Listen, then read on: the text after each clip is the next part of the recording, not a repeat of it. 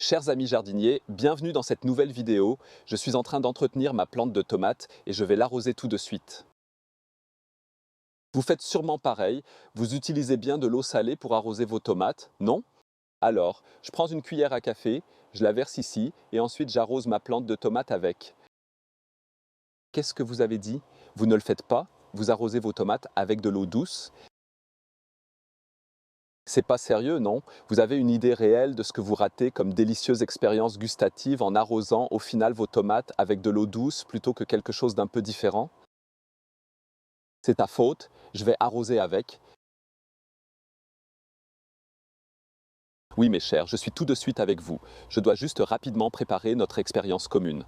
Tu vois, j'ai encore préparé pas mal de choses ici et tu as bien compris cela. Nous faisons aujourd'hui une expérience. Cela signifie que toi, derrière, le téléphone, l'ordinateur portable, la télé, tu peux participer. Qu'as-tu besoin pour cela?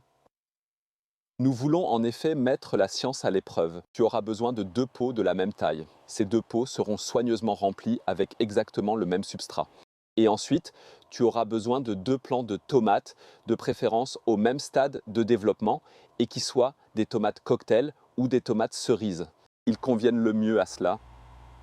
Alors, si certains se demandent, oui Robert, de quoi parles-tu? Eau salée, science, expérience, nous voulons mettre nos sciences à l'épreuve de manière approfondie. Je vais te résumer rapidement. Donc l'année dernière, en août, j'étais un peu malade. Je crois que j'avais une sorte de gastro un moment cet été-là et je n'avais rien à faire. Je traînais un peu sur Internet et là, je me suis un peu arrêté sur les tomates. J'ai lu un peu sur ce sujet pour voir ce qu'il y a comme études scientifiques. Et en 2007, une grande étude scientifique très détaillée et approfondie a été réalisée en Italie. Je peux aussi vous dire qui c'était. C'était en fait, c'est bien noté sur ma feuille, Christina Sgeri de l'université de Pise. Et elle et ses collègues devaient étudier les effets de l'eau légèrement salée sur l'irrigation des cultures agricoles et comment cette méthode affectait la croissance ainsi que la productivité des plantes. Et là, ils ont fait une découverte vraiment étonnante. Et puis, ils ont monté une grande expérience, ont par exemple aussi cultivé des tomates. Alors, un côté arrosé avec de l'eau salée et l'autre avec de l'eau douce tout à fait ordinaire. Et puis, ils ont examiné les fruits. Et ce qu'ils ont découvert les a presque coupé le souffle, car les tomates, qui ont été arrosées tout le temps avec de l'eau légèrement salée, elles avaient un goût absolument fantastique, nettement supérieur à celui des tomates arrosées à l'eau douce courante. Vous seriez étonné, mais cela ne suffisait pas. Ils ont ensuite examiné les fruits et ont constaté que la concentration en vitamines dans les tomates arrosées, avec une eau légèrement salée, est nettement plus élevée.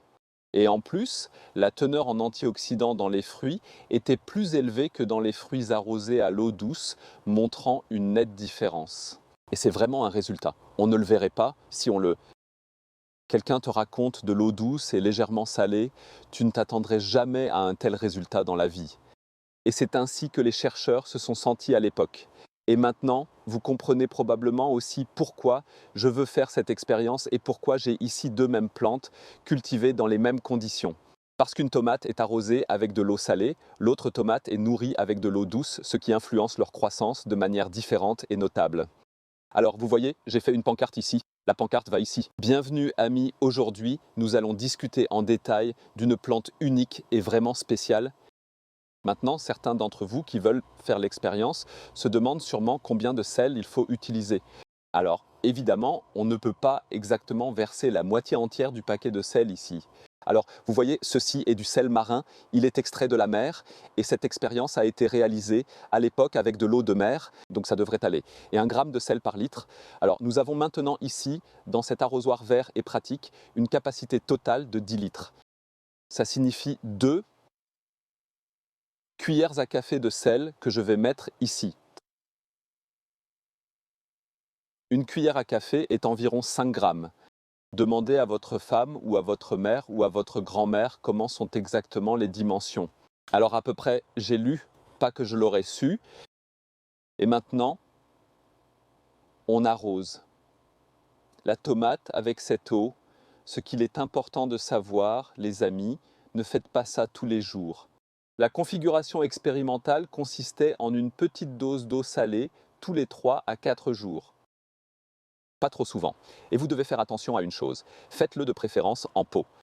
Si vous le faites maintenant, par exemple, dans votre parterre de tomates ou peut-être dans votre potager surélevé où vous avez des tomates ou dans votre serre, il se peut que le sol dans cette zone change un peu, car de bien plus grands et massifs dépôts de sel s'y trouveront éventuellement. Si vous arrosez toute la saison avec une eau légèrement salée, vous pouvez déjà supposer que la concentration en sel dans cette zone spécifique sera évidemment plus élevée que dans d'autres endroits. Et un excès de sel n'est pas vraiment bon pour le sol. Donc le mieux c'est vraiment de le faire dans des pots, d'avoir une magnifique et bien pensée installation d'essai, une installation d'essai propre et respectueuse de l'environnement, et de ne pas endommager le jardin ni le sol fragile. Oui les gars, ce serait vraiment génial si vous le faisiez, et un orage va bientôt éclater ici. Je viens juste de terminer les gars. Je suis super impatient pour cette expérience et je suis aussi vraiment curieux du résultat parce que je vais alors prendre les fruits de ces 2 tomates ici et vraiment réaliser un test de goût les yeux totalement bandés pour comparer. Et puis, je vérifierai attentivement s'il y a vraiment une différence significative. Je suis vraiment impatient de voir ça et si vous pouviez peut-être essayer ça chez vous, ce serait génial parce que ça peut arriver avec les tomates, quelque chose se passe, la brûlure brune, peu importe, et puis la saison des tomates est tout simplement terminée. Donc si vous participez, écrivez-le dans les commentaires. Peut-être que vous avez encore quelques jeunes plants qui ne vous servent plus, ce serait vraiment génial.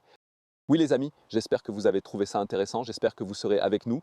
Je vais maintenant rentrer à la maison car l'orage arrive. Au revoir, prenez soin de vous, ciao.